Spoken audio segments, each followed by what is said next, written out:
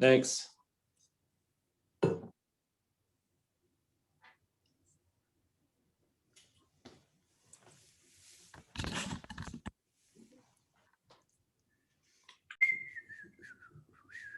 Hi, good afternoon, everybody. This is Katie Chuba from the Heartland Area Chamber of Commerce.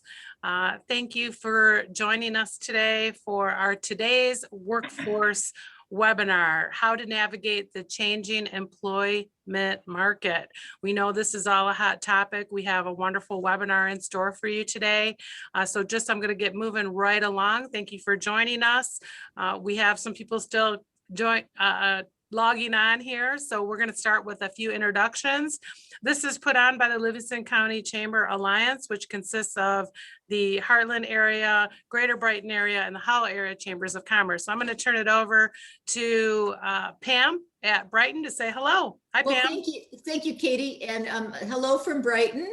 We're glad that you are with us today, and I want to thank all of our speakers. They've put in a lot of time on this, and so we're excited about it. Can't wait to hear it. And thank you, Katie, for your extra efforts with this as well.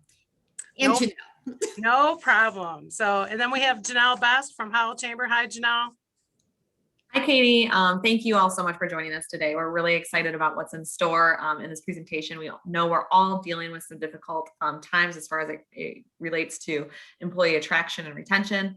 And we are really thankful for our presenters because, as Pam mentioned, they have put in a ton of time on this presentation. So thank you all for being here. Thank you for tuning in. And I'm looking forward to the presentation today. Thanks, Katie. Thanks, Pam. I love partnering.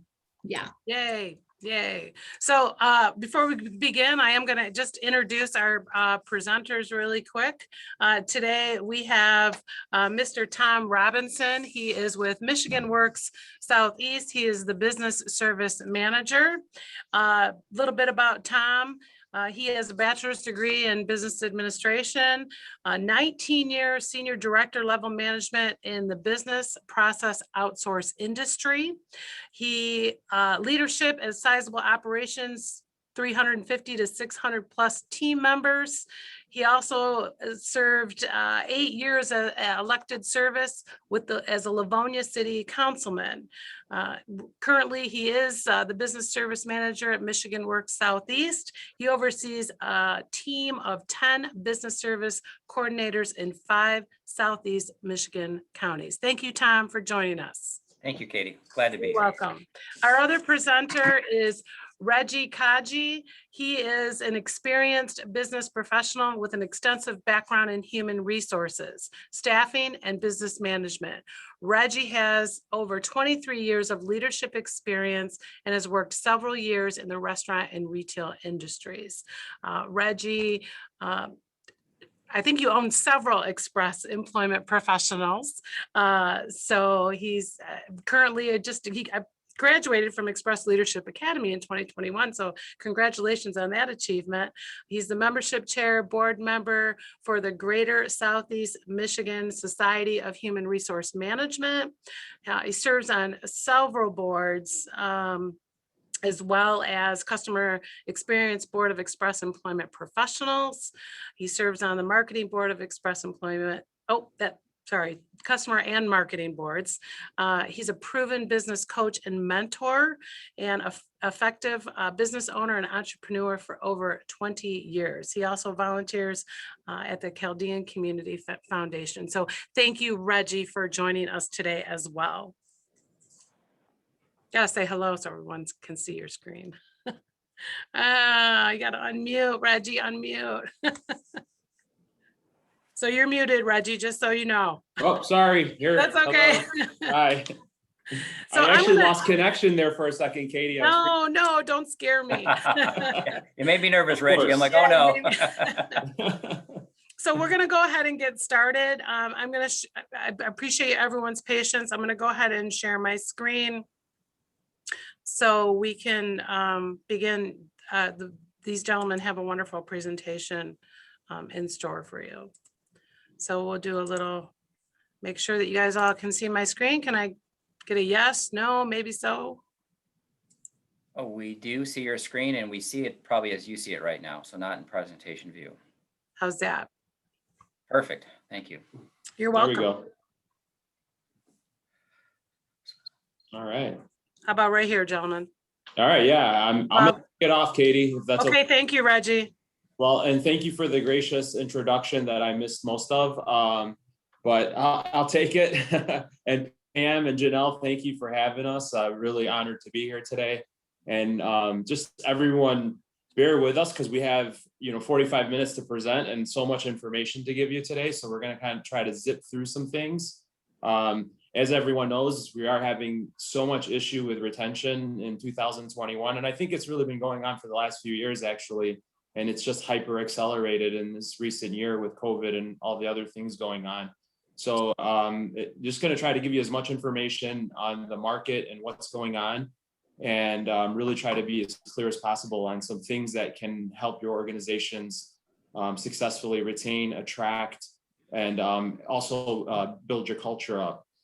So we're going to start with some slides that we figured would give you guys some stats to start with. So this first slide here, we basically took a customer service position and we looked at some retention strategy off of a survey taken. This was, I believe, done by Forbes magazine. And, back to culture and how important it is, you see a positive work environment being one of the top things people are looking for in a job right now. And, on top of that, management, we could get into that all day long, is supervision and management has to be really a key focus for your organization, especially in the times we're living in today. And something that really sticks out in this slide is, compensation, like competitive salary isn't on the top. So it's something for everyone really to take in and see that that's not what is really driving the market anymore. And I'm just really excited to be able to give you guys as much information on today's workforce. So Katie, if we'd go to the next slide, because I know we're on a time crunch, so I want to make sure we zip through some of this stuff. All right, so thanks, Katie. As you can see, this is another little snippet of what turnover looks like, right? So in that first section there, the cost of turnover. So it's crazy because even on an entry level position, you're talking about 16 to 25% of an annual salary.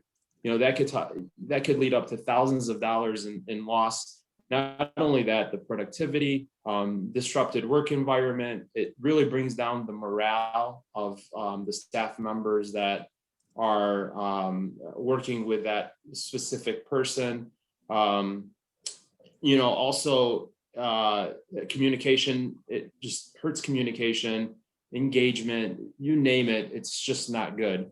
We recently went through a person leaving us, and unfortunately, even companies like ours that continuously work on, making sure we have low turnover, we experience some of this pain, and it is not cheap. We're still, 45 days later, we're still looking for that perfect candidate, and there's a lot of resources that go into that.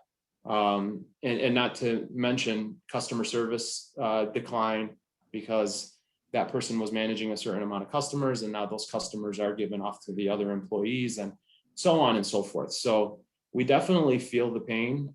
So hopefully today the audience can take some things out of it that can help with lowering turnover. And then on the other side here, it shows what high retention does, right? Creates better profits, better workplace culture, stronger relationships, improved communication, employee-driven innovation, and happier customers, including your staff members, which should be your number one customer. So Katie, if we'd go to the next slide. Thank you. So this was staggering, right? Looking at this as I was doing my research to put some stuff together for you folks, 65% of people feel unappreciated in their job. I couldn't even imagine, like, you don't think that high of a number of people don't feel appreciated.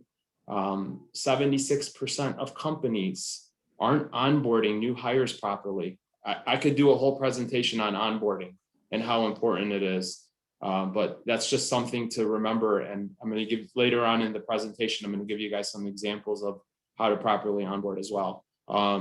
So big one, 51% of people stay in their jobs less than 2 years. That's half of our workforce, guys. That's just, it's insanity. So let's look at your organization. What kind of percentages are you running? And where do you want to be? You know, let's be at 75, 80. You know, we're not going to be perfect, but how about just take that out of this presentation? And then 30% of people are held one job less than 4 years. I mean, I remember my parents being in this same job forever, 25 years. It was just a normal thing. And now it's totally changed, the whole climate. So thank you, Katie. So of course, who does a presentation without bringing in some millennial information?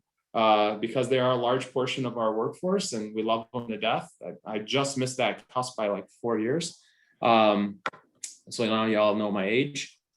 91% of millennials stay in a job less than 3 years. Me and Tom just were floored by this stat. It was just crazy. So what are we doing to engage millennials, right? 78% of millennials would rather spend money on an event over buying something. So I want to give you guys just a real quick example of the way millennials think. Our staff is about 75% millennials. And we just had at the end of 2020, we had a opportunity to give away a vacation or a cash equivalent split up by the staff members, or a big event where we, take everyone out and get a hotel room and a Tigers game and a suite and all that good stuff. So we sent out a survey, and believe it or not, 75% of the staff wanted to do the event over the cash or the trip. So if that tells you something of what the mindset is in today's workforce, especially with younger people, hopefully I leave you with that alone. And then real quick, 54% of millennials have either already started their own business or want to start one. And then 45% are looking for workplace flexibility. So that's something that we're going to touch on here in a second. But yeah, next slide, Katie. Okay, so, I'm honored to be here today. And I actually came up with this idea thinking how great would it be to find a candidate that we most recently hired, Express Employment, the Brighton Howell office, that joined our team just over a year ago. That was a passive candidate. When I say passive, was working and just kind of feeling out the market. And my decision to do this Q&A was more to show the audience a little bit of what a passive candidate is looking for to make a change, some things that attract them. And I figured what better than having someone live, and asking questions and kind of digging in a little bit so you guys can see what that looks like. So today I've invited Katie Gall, who is an employment specialist at our Howell Brighton office. Katie's been with us just over a year. She was in the human resource department and management team at Kroger for close to 2 years before joining Express. And she's a rock star. So I'm going to give her a little bit of a clap there. And Katie, if you're on, I think you're on. I don't see you, but I'm going to start asking questions and then you answer. And let's give this crowd a little bit of an example of why you joined Express. So Katie, one of the things that is super important is what did you consider when deciding to make a career change and joining the Express team? Good morning, Reggie. Thanks so much for your introduction. When I was looking for other work outside of Kroger, where I was previously, I knew that I was in a position where I didn't have to just take a position based off salary. I really wanted to find a company that would offer me long-term growth, a real path to advance within it, as well as a balance between the work life and the company culture. What are you really expecting out of your own associates and how are they being treated while they're there? I really did focus on wanting to be appreciated in my next position. Awesome. So Katie, talk to me a little bit about why Express, like what stuck out when you were interviewing with us? One of the things I really enjoyed about my interview process with Express is that I got a hands-on experience where I got to make my own decision about the company culture. When I was interviewing, I actually was given the opportunity to come in and do a job shadow where I sat with actually, I think I sat with everybody who was currently working out of this office. And I got to have a private conversation where I could ask my own questions about how they felt they were treated, how they felt how accountable they were for the work that was being done, and really what a normal day-to-day looked like for them. Coming from a company where every day was stressful and really a long, overwhelming day, it was nice to see real people in the position telling me the work life is manageable and they enjoyed their position. Awesome. So it wasn't me then. We're just going to clarify. I mean, you're great I'm too, kidding. but at the end of the day, they sold me. So Katie, what were some of the top things you looked for in company culture and values when making your decision? Yeah, so I kind of already touched on it. I really had a chance to communicate with the team directly to see what the actual day-to-day responsibilities looked like while they were into the job and how they felt they were appreciated. And one of the things that I learned that I was really looking for was all about their management team. Who was I going to be dealing with in the day? How is the communication structured? If you liked the management team that you were working with, if you felt like they were on the same page as you.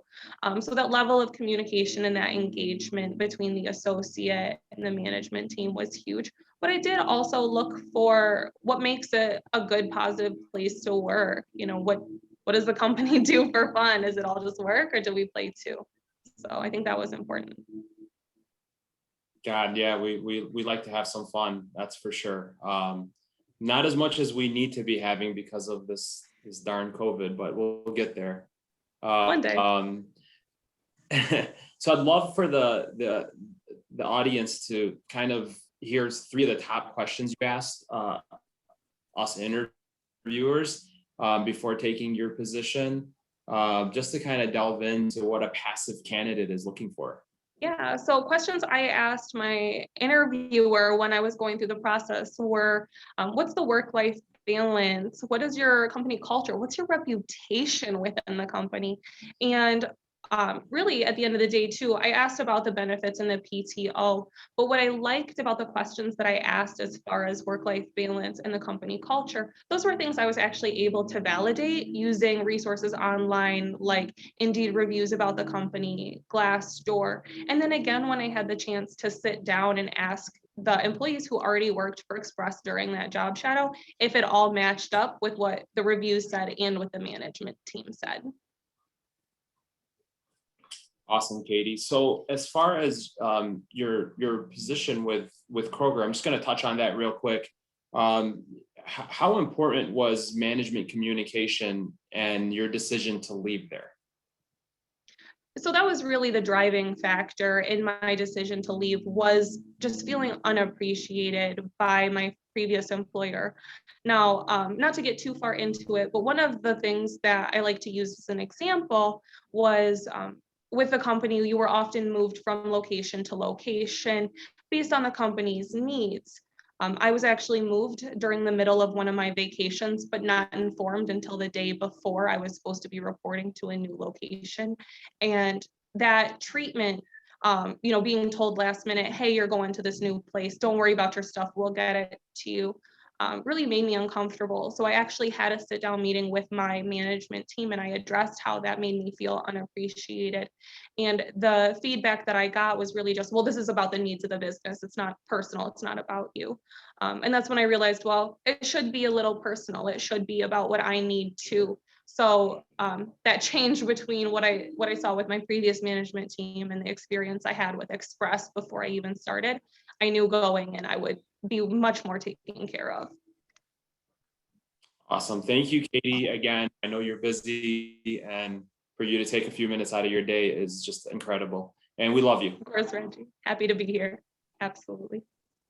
So thank you. I'm going to hand it over to Tom. We've had some fun over these last few weeks putting this together, and you guys are going to get a load of information from Tom. He's absolutely spectacular.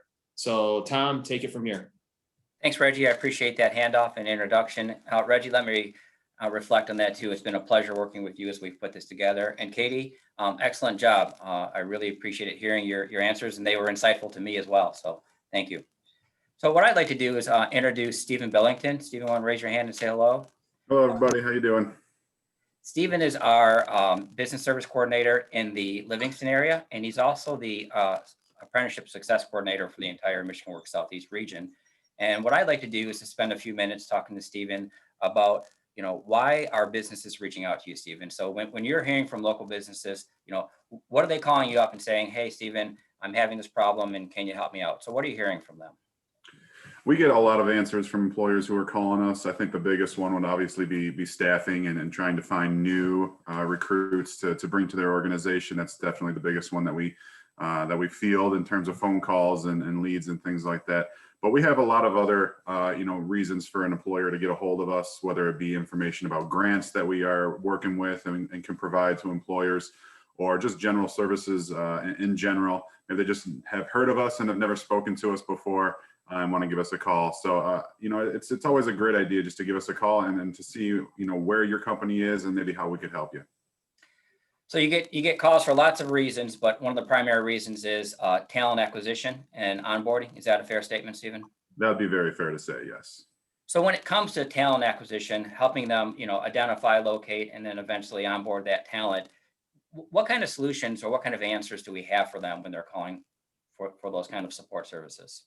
In terms of those services, one great service that we can provide is with our My Talent Connect system, which is an online job boarding system. If you go to mitalent.org, that's where you can post a position. And then once the position's posted, we can see it and send it out to all of our people that we're working with. We have career advisors within our organization that work with a lot of different people in terms of, youth or people who are maybe, veterans, or MRS, the Rehabilitation Services Network. Offenders, re-engaging in employment. So there's a lot of different pools of candidates that our career advisors work with. And then as well as, getting your position out to some of our community partners like the Chamber of Commerce's and just, people within our organization. So there's a lot of different ways that we can promote a position for anybody who's interested in applying on that mitalent.org website. Very good. So what about job fairs, Stephen? If I call you up and say, hey, is there something that I can do to hire 4 or 5 different positions? What's on our list of services when it comes to job fairs? Well, we, in the past, pre-COVID, we used to do job fairs all the time. Since, COVID's kind of put a damper on face-to-face interaction, we have kind of switched to a virtual job fair event. We've done a few different virtual job fairs, which we've had great success with. They feel a little bit different, but I still think that they're very productive. And kind of how that works is, an employer can find out when we're hosting a job fair. We'll have several employers come to the table. We can host as many employers as we can get there. Usually about 20 to 25 at a time. If we have more employers than that, then we kind of split the sections up a little bit. But and then once an employer is in the job fair, there's lots of different platforms out there. One that we use is called Brazen. If you're familiar with that, it's a software similar kind of to the Zoom, but it's kind of structured more for virtual job fairs. And how that works is, you can put your company information in there, logos, bio information, and kind of have like a booth online where people can come and talk to you and communicate with you. And then you kind of get that face-to-face sense, which I think is very important. In face-to-face meeting with people, but at the same time, you're doing it in a safe environment. Thanks, Stephen. So I think, pre-COVID and hopefully soon to come after COVID here, if an employer reaches out to us and says, I need help, sourcing talent, they can call us up. We can do some traditional job fairs, employers the day, maybe drive-through job fairs in the more face-to-face environment. Right now during COVID and what we've been doing for the previous several months or year, to be honest with you now, we've been doing the virtual job fairs through Brazen. And if I'm an employer and I call us up to talk about a virtual job fair event, and I'm a little bit intimidated by the work I have to do there, how can you help us feel better about the partnership we provide and the convenience it presents to both the employer and the candidate from doing these things from their safety of their own home or maybe office? Yeah, I mean, there's lots of benefits to doing it virtually, and if you have any problems with trying to get onto the software, or you just feel overwhelmed, it's really not that hard of a process. You know, we can walk you through it step by step. You know, just get on the phone with you and kind of walk you through to make sure everything's set up correctly so that your booth looks good and everything is set to go. And if you have any problems at all, you just give us a call and we can walk you through the whole thing. Perfect. Thanks, Stephen. And before I let you go, please stay on here because I'm going to refer back to you when we talk about apprenticeships. But before I let you go, if someone wants to reach out to us or get a hold of you directly, how can they do that, Stephen? And Katie, can you move to the next slide? I think we've got that information for them as well. Thank you, Katie. Well, there's my direct contact information there for anybody who's interested in communicating with Michigan Works Southeast. And again, as Tom mentioned, I'm out of the Livingston office. So if anybody is you know, interested in our services or what we can provide, or just want to learn a little bit more, you know, there's my cell phone number right there. You can call me anytime, as well as my email address there. And you can also visit our website, mwse.org, and click on the employers, and that'll tell you about a lot of different tools and resources that are available. There's also our, you can just call our help desk as well, 517-546-7540. And then they can connect you with myself or Tom or one of the other business services coordinators. So lots of different ways to get in contact with us, but you just got to do it. You just got to give us a call and see how we can help you. Thanks, Stephen. And before I hand it back to Reggie, I think as Reggie and I work through this, you know, for the audience here, what we're trying to hope to leave you with today is there's really two needs out there, right? There's the upfront need to attract talent and to source talent and onboard that talent. And we're here to help you with that. But really, there's a more important equation to your long-term success, which is retention. And we are going to spend the rest of our conversation talking about retention. And with that, Reggie, can I hand it back to you for a moment? Yeah, of course. Thank you, Tom. Thank you, Steve. Great information. And I know you guys have a packed session here right after me with a lot more information that everyone's going to be able to use. So yeah, I just want to lead into this again. As a employment agency, staffing agency, we see hundreds of companies a year and what their culture looks like, what their retention rates. Unfortunately, we have a lot of access to the retention rates because of our own involvement with helping staff businesses and our own retention and culture, right? Like we work on it really hard. And, you know, one thing I just want to leave everyone with is it's never going to be perfect. All we can do is continue to work on it and try to get better. But it is the future. It is the future of business. And in order to be successful, you have to have it. So I'm going to start with what culture is, right? And why is it important? You know, culture is the environment you create. And so when you think about it, it really has to come from the top level, senior management, owners, depending on what type of business it is, leadership team. It cannot be, it really can't be, you can't let it come from the workforce. And I say that because if it needs to be defined prior to someone starting in a position with your company. And it's so important to also hire based on culture. As my interview with Katie there, we hired Katie because she sat with every one of our team members and we really thought she would fit in, right? And that is so important. Hiring for skill only sometimes is not the answer, right? I could train anyone how to do almost anything. So it's super important to make sure that you're bringing someone in that's a good culture fit. And I can hit on it even in a manufacturing setting, right? It may be a little different. We don't have the ability. I think I seen a question pop up from Andrea Harris, and we'll get to that in the end. But you don't have the ability to do some of the things that a professional setting has. But I do believe there's other things, right? Because people are working in the same setting for 8 to 10 hours a day, right? How do you make that a comfortable setting for them? What are things you can do to increase that productivity in 8 to 10 hours by making it a happier place? What are your supervisors and leadership team? How versed are they? Are they trained to help retain people? And it could be the smallest things, right? Again, we're talking about a millennial workforce, right? Some of the things they look for could be as simple as, Taco Tuesday. We talk about that, right? Doing something cool. Dress down Friday if you're in a professional setting. Simple thing is getting a dartboard when everyone's stressed out. We just recently did that. Just to, throw darts at the wall and try to target, the next goal. So in a production setting as well, are you celebrating high producers? Are you celebrating achievements? A certain pack rate, whatever it is, and I think sometimes we get so lost in the day that we forget that, culture is created. It's an environment. I personally, as an owner of multiple businesses, never want to walk into one of my organizations with unhappy faces. And if you've worked, I'm sure there's some people here that have worked with me on this webinar. They know I'm always smiling, I'm always in a good mood, and rarely do I come in, even if I am in a bad mood, you never know, right? How do we train our leaders to be the same way, right? Because there's especially right now, mounting pressure. We're busy, we're short-staffed, everyone's short-staffed. This is the most important time to engage the people you have. And I can't say that enough. So if you haven't been working on your culture, it is super important to work on it. And I could be here all day talking, so I got to get to the next clip here.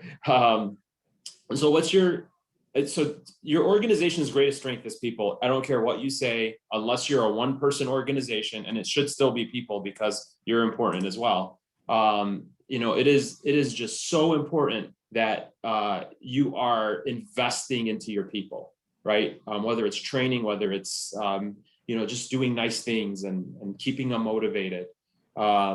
It's 100% the most important thing.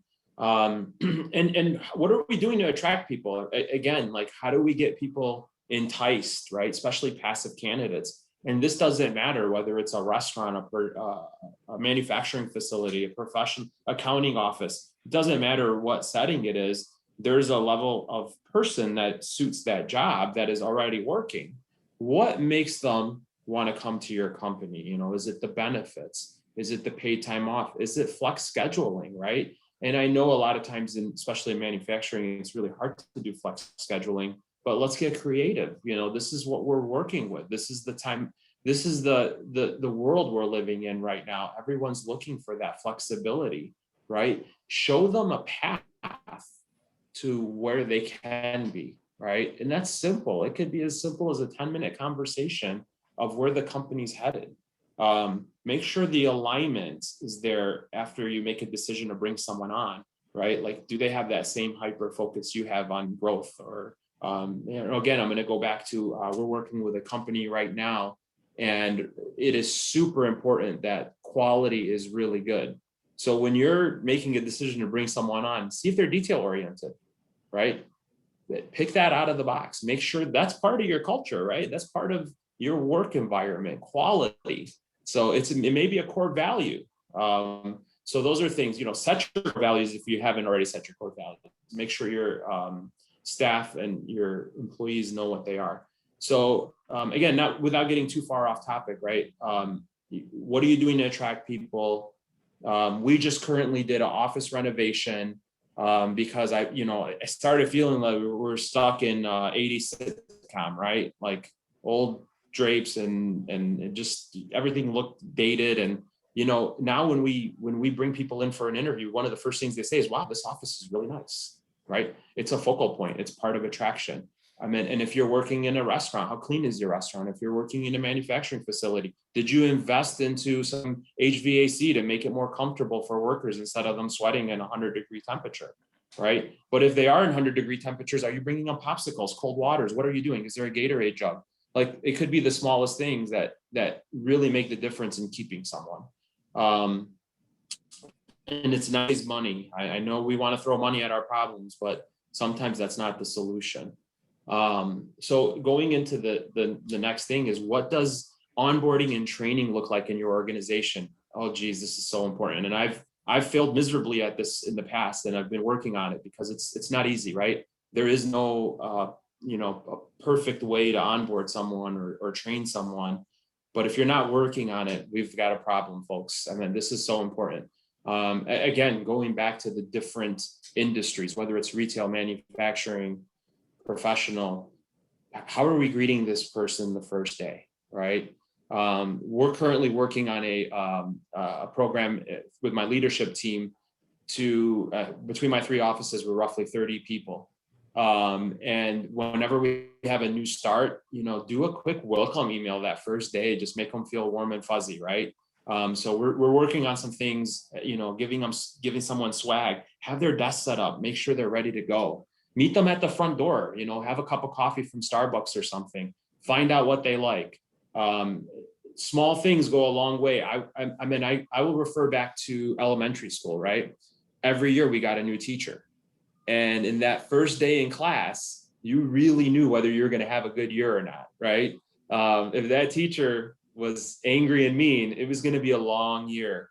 If that teacher was welcoming, she had pencils at your desk or a small little toy or something or whatever it is, juice box, you knew that that year was going to be great, right? And you look forward to going to school that next day.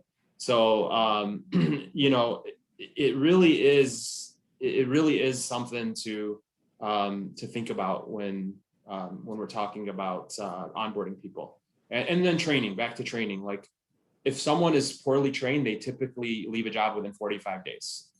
So that's a stat. That's fact. So if we're not putting in a training program, I call it throw the person in the fire and hope they work out. That just doesn't work.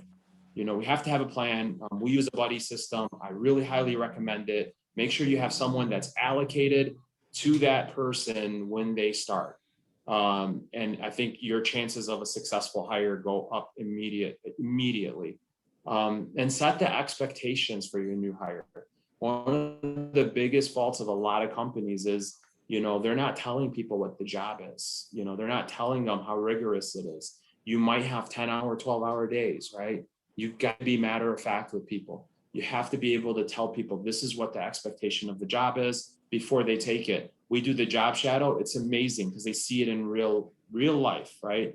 Here's what our company does day to day. Here's what your position, right, looks like. That way, they could come in and give you all the excuses in the world, and you could say, well, we showed you this. You were already here. Like, it's simple. It's bulletproof. And does it always work? No, but we've also been able to filter some candidates out that weren't a good fit for our culture by making sure we're doing these job shadows. So I seen another question pop up real quick. I don't know if we want to wait, Katie, till the end to answer questions, or you want me to take a stab at them right now? Yeah, it's totally up to you. If you feel you can answer them, go for it. Yeah, so the last question was, I don't see it. Maybe we'll wait till the end. I'm sorry, it got off my screen for some reason. Sorry.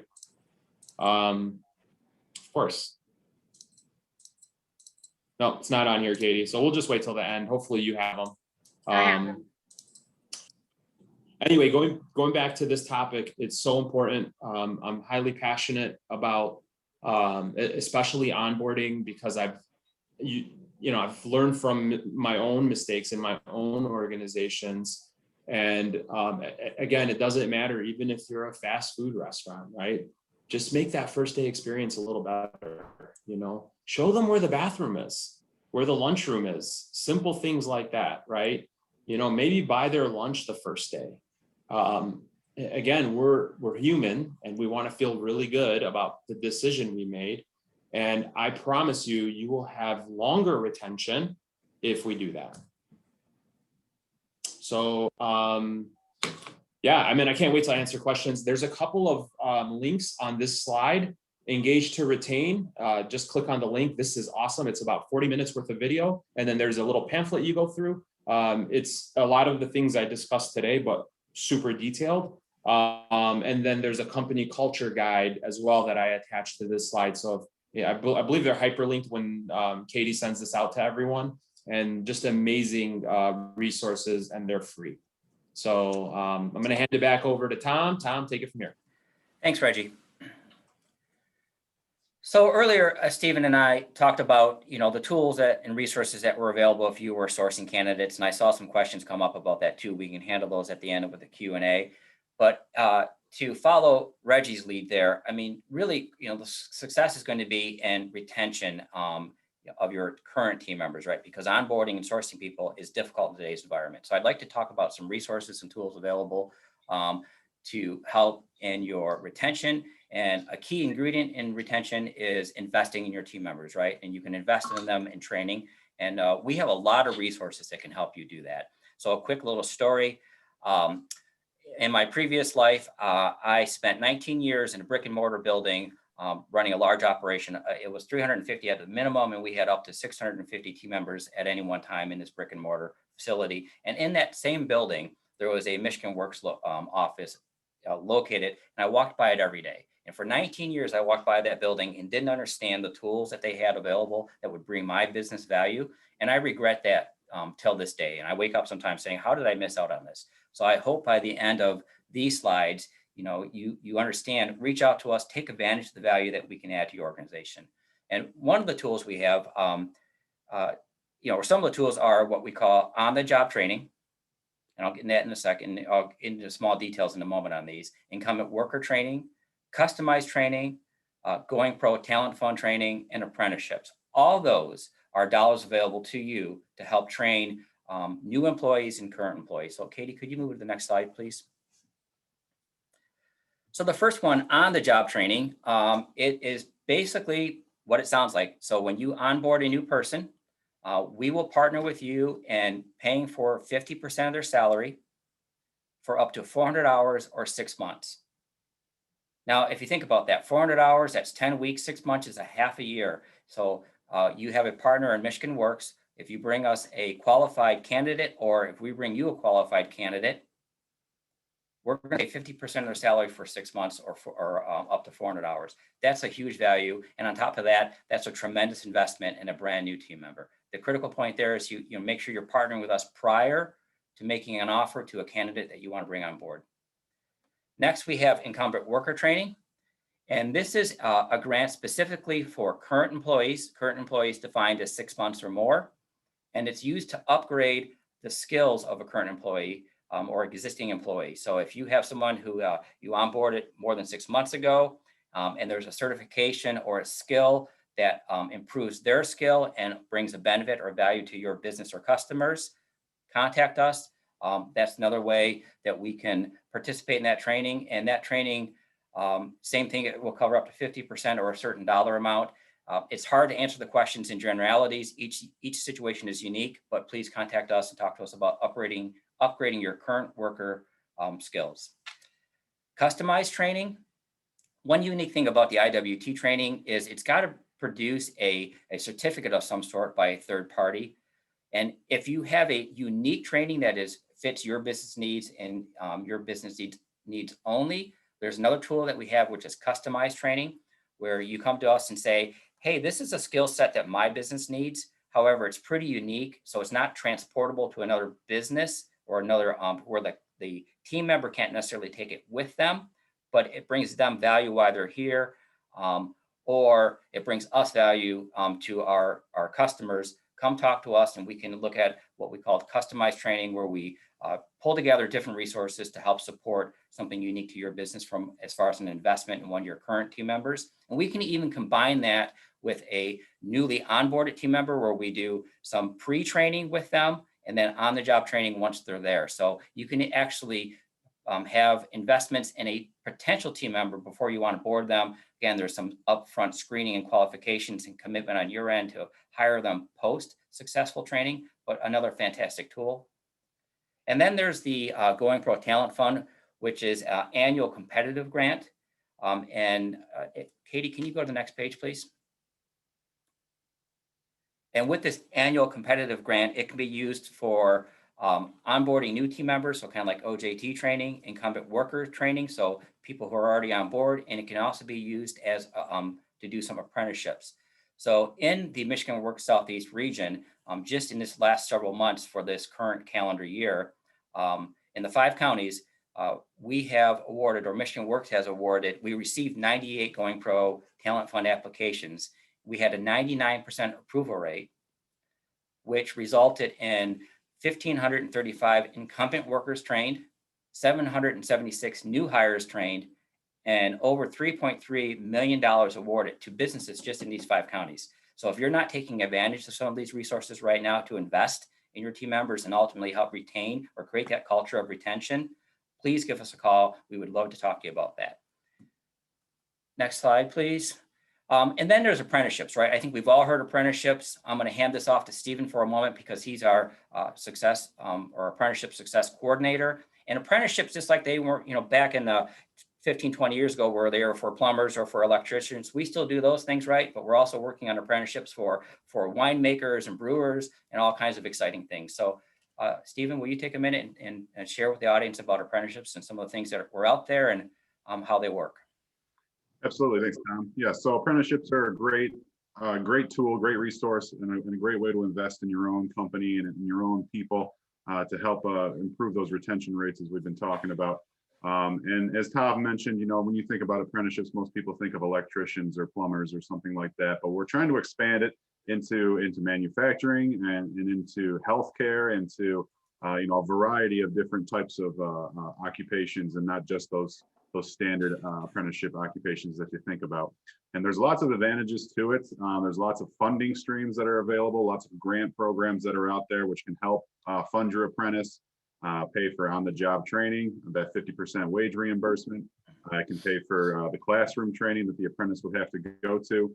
And I can talk about apprenticeships all day, and I know we're getting a little tight on time, so I'll try to keep it brief. But the apprenticeship program that we kind of recognize is through the DOL, the Department of Labor. And if you set up an apprenticeship program with them, and setting up an apprenticeship program with them is basically to structure your apprenticeship, let them know what you're gonna be doing with your apprentice, where they're gonna be taking college classes at, or where they're gonna be, who they're gonna be working under when they're on the job. So you just kind of lay out and in a structure format, in just a Microsoft Word document, kind of what your apprentice is gonna be learning. And then once you complete the DOL's paperwork, then we'll be able to help you with some of those funding streams that are available when you have a registered apprenticeship program with the DOL. And there's lots of advantages to it. There's lots of rewards. It shows a great retention rate for those who complete the program. It allows your company to have better skilled employees. And then it allows your people to be having better skills as well. So it's just an investment and a great idea for both parties, not only for the employers, but for the apprentices themselves. Thanks, Stephen. And I think there's one thing that I would want the audience to leave with as we wrap up the apprenticeship portion here is think outside the box when it comes to apprenticeships, right? IT apprenticeships, coding apprenticeships, winemaking apprenticeships, brewers. So we have the traditional ones and, it's a changing world. So don't be afraid to think outside the box and contact Stephen about an apprenticeship. So quickly too, because we're trying to focus on, how to attract talent and retain talent, but I didn't want to let the opportunity go by without talking about a couple of our other resources we have. We have something called the Corporate Assistance Program. And Katie, can you go to the next slide, please? So quickly, this is if you have a business that is struggling to keep their doors open or you're looking at some layoffs, give us a call. We have some grants available to hire professional consultants that can come in and help you write turnaround plans. Next slide, please, Katie. We have something called the Business Resource Networks, where you pay a membership due.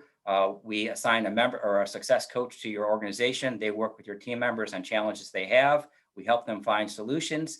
And of course, when your team members have less obstacles in front of them, they're generally more invested in doing their work, more reliable. And again, they keep the retention higher. Next slide, please, Katie. WorkShare. If you do need to look at doing some temporary layoffs, give us a call. This is a state program where we can help you and assist you in completing the process or the application for reducing the hours of employees while they will retain their wages. And then you can call them back when you have a return of the need for that capacity. Next slide, please, Katie. And then to reach out and get a hold of us again, this is the contact information. Please take a moment to write these numbers down. Again, this will be recorded and shared. And then next slide, please, Katie. So Reggie and I wanted to leave you some things to think about and ask you a few questions on our way out the door here before we do some Q&A. So do you view your employees as investments? Are you taking advantage of the tools and resources available to your organization? Does your organization invest in leadership and management training? And does your organization have an effective strategy for onboarding and training? And if you answered no to any of these questions, please reach out, give Reggie a call, give me a call, reach out to Stephen, and let us help you answer yes to every one of these questions, because that's going to be the key to your success. I know there's questions out there about how do I attract talent, but we are really here to stress that's hard to do right now. And the key is to going to be investing in retaining the talent you've got. So with that, Katie, Reggie, it's been a pleasure. And I think we have some time left over for Q&A. Katie, I think you are on mute. I am. So thank you. Thank you, both of you. Actually, everybody today for joining us. Very informative. Love the presentation. I will go ahead and send out the recording of this webinar along with the presentation to all of our attendees today. So without further ado, I'm going to go ahead and address some of these questions that came in to the both of you. The first one is it's more manufacturing. They can't. Basically, she said, we can't take that kind of personal time with a new candidate coming in. They do offer a job, quote unquote, tryout to candidates coming in, but once they're in, we can't get them hands-on immediately and can't offer much time off the line. What is your suggestion to still incorporate some of these incentives that candidates are looking for, but in a fast-paced manufactured setting? Maybe this is for you, Reggie. Yeah. Yeah, I could take that for sure. Yeah, no, it's definitely a struggle, right? Like I've been in many facilities, manufacturing facilities. I've worked in the restaurant business and retail, so I kind of understand that fast pace. And, there's sometimes not even time to take a lunch, right? Like, because it's so crazy busy. And it is hard. I think my biggest suggestion would be to Andrea, and I'm more than happy to talk further past this webinar if she wants to call me. But is really, how is that employee being engaged immediately that first day, right? Are your supervisors and your leadership team trained enough to make sure that they keep these employees engaged? Again, I said it, you don't need to do crazy big things. It could be the smallest things, maybe buy that candidate lunch the first day. It's an $8 investment, right? If someone's going out, what do you like to eat, right? You make sure they're being greeted at the door that first moment, right? Because a lot of these facilities are very intimidating, manufacturing especially. They're huge. Some of them are 1 million square feet. Is there someone that's going to be at the guard shack bringing them back, right? Or at the front door, taking them on a quick tour? What does that do for safety as well, right? If you could see what you're getting yourself into. And to be quite honest with you, they might walk through and say, oh my God, this isn't for me. Guess what you did? You saved a ton of time and energy, right? So you could do it even on that day that they start. Find things that your company can do to make the, fast-paced environment. You don't have a lot of time for fun, that's for sure. But what can we do? Maybe if you hit a production quota or something, everyone gets a pizza party. Incorporate a day where it's, Taco Tuesday, like I said, something where they look forward to coming in. I know a lot of manufacturing facilities are doing company picnics or golf outings, shutting it down for a day and saying, hey, let's take the day off. Everyone's being paid and let's go out and have some fun, So I think you can incorporate it. It's just going to have to be in a different style, right? Compared to a professional setting. I hope that helped, Andrea. Thanks, Reggie. The next question from Laura, she was hoping that you guys could address the issue of the low candidate pool, which it's funny because prior to this webinar, this is exactly what we were talking about. We all know that the candidate pool is low at the moment, especially now for direct manufacturing. It's kind of her question. Is the issue being addressed with the local, state, and federal government? And what can we do as employers to get our voices heard? Yeah, Katie, I'll try to flag that. Oh, go ahead. Thanks, Tom. Thanks. Yeah, I'll try to flag that. So that's a great question, right? And that's a reality of not just in manufacturing, but, in all industries right now. So to answer the question directly, Just this week alone, I had time in front of one of the county, commissioner panels to talk about this issue. This subject matter came up specifically. They asked that same question is, what are we doing to get our voices heard at, the legislative level? We do have legislative days with our elected officials. This message is being passed along. So yes, that's a common problem. We're sharing that, and I would encourage all of us on this webinar to do the same and say, that's a gap that we need help with at this both state and federal level, right? Because in some cases, the benefits of not working outweigh the benefits of working. That's a dynamic that's not helping anyone. Secondly, and this is something that we are shifting focus on, and it's called talent pipeline management. So Laura, I'm not sure what county you're in or if you're a member of a sector strategy or a collaborative right now, but really you got to think long-term on this stuff too, where you become a part of a collaborative, you start having conversations with Michigan Works, partners in your same industry, educational institutions, and you really begin, and it takes time to develop these, but you really begin what they call talent pipeline management, to where you start to have classes and programs, be it welding or whatever it is specific to your needs, supported at your local colleges or specialty education institutions or technical institutions. And you have that pipeline developed so when they complete those classes or even during those classes, they have a position when they onboard with you. Now that's a long-term answer.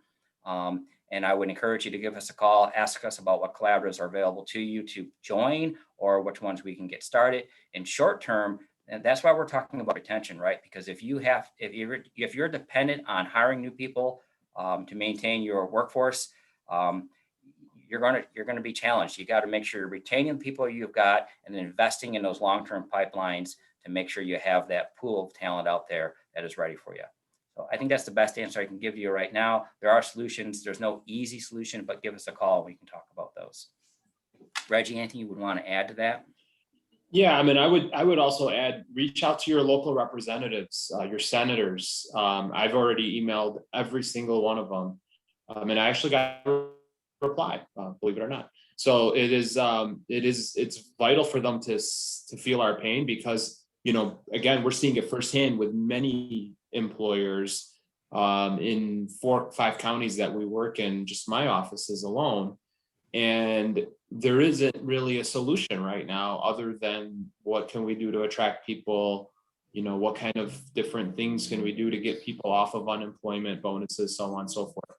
But the thing is, let's get the word out to our representatives, elected officials. I think that's super important.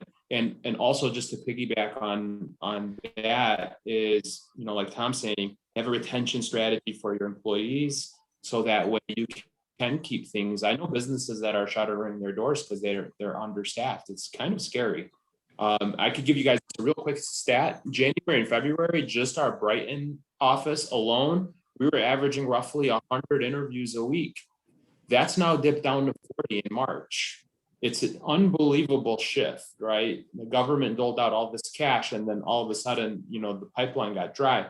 So we definitely need to be more strategic and do the things to attract people. A little bit of good news. I believe it's on Monday, but some of the unemployment benefits are actually beginning to be reduced. So we may see a shift in that. I think, about half has been reduced. So we'll see if that makes a difference too. You talked a lot about the retention component, but there is also the attraction component. Someone had asked about, do employee success story videos help on company website job boards to recruit new candidates? I mean, me personally, I would think, sure, any tool you can right now that is creative or out of the box to set your company apart to attract, because the pipeline is so low right now, or the candidate pool, but maybe you could share more insight on that, Reggie. Sure. Yeah. I think the question was, do testimonials or video Yes. testimonials or something help? Yeah, absolutely. Any kind of review testimonial that you can get from your current staff, right? Talking about your company. So again, we see it firsthand. We have people that walk in our doors and say, I want to work for this company because they have this reputation, right? and they'll take $2 less an hour to work for a company that has a really good reputation and that takes care of their employees. I'm passionate about this. It really breaks down to your company culture. You know, the pay isn't everything. Again, it's still important. Don't get me wrong. You have to be competitive. At this point, if you're trying to offer employees 10, 12 bucks an hour, you're just going to run into just zero. And, you know, it really does. Anything we can do to get creative, whether it's a YouTube video, remember the power of the World Wide Web, right? Everyone's Google searching before they come and walk in your doors. And you want to have a good online reputation. If you could get video testimonials, I definitely would 100% encourage it. And, you know, what are you offering for incentive? You know, Katie, you were just saying it. Maybe a 90-day hire on incentive or something, whatever it is, you just have to do it right now. And you want to be the buzz, right? As an employer, you want to be the buzz. I want to work at this place because I hear, what's the biggest thing? Our number one resource is referrals. Number one, all the money we spend on Indeed and all these different sites don't even compete with our referral program. Right. And we have a pretty good referral program, but usually the referrals come because someone's happy somewhere, right? I'm working for XYZ company and I'm super happy. So I'm sending you my brother and my sister and my mom and my cousin and my friend, right? So if we can get your employees engaged on referring people they know as well, you may be able to pick up some more staff members. But you got to give them incentive to refer people, right? One last thing, surveys. Surveys, guys, do surveys, do internal surveys, ask people if they're happy, because if they're not happy, we can fix that, right? And I'll be more than happy to share some surveys if you guys reach out to me independently that we've done for companies. Be more than happy to share those with you. And the results are amazing because all of a sudden you see companies changing things overnight after they read the results. Of course, they're anonymous, right? But it's true. You can find out a lot in a survey. And we got to incentivize them to take the survey. I just want to leave it at that. Give them a $10 gift card to take the survey because a lot of people won't take it unless we do. I love it. You got that in right at the end, Reggie. Thank you so much. Yeah, sorry, Katie. I could have did this for the Please whole don't hour. By the way. apologize. It's just, It's fine. yeah, not enough time. It's fine. It's fine. Your contact information, Reggie, along with Tom's, is going to be made available. I think everyone that listens to this webinar knows how to find you and where to find you. If you don't, please feel free to reach out to the Chambers of Commerce in Livingston County. We can also help guide you to those connections too. I want to thank you, Tom and Reggie, along with my counterparts, Janelle and Pam, for joining us today. Thank you, Steve. Thank you, Katie. We really appreciate you carving out this time today on a Friday for such a great webinar. Pam, Janelle, do you have anything to add? Thumbs up. Thank you. Thank you. Katie, Janelle, Pam, thanks for having us. We thoroughly enjoyed it on our end too. Wonderful. Thank you. Well, thank you. All right. Thank Well, with you. that, we'll end the webinar. Thanks, guys. Again, I will share the PowerPoint and the video, and together we're stronger. How's that? Yes. All right. Thank you, everybody. Thanks, everyone. Have a Guys. great Friday. Bye. You too.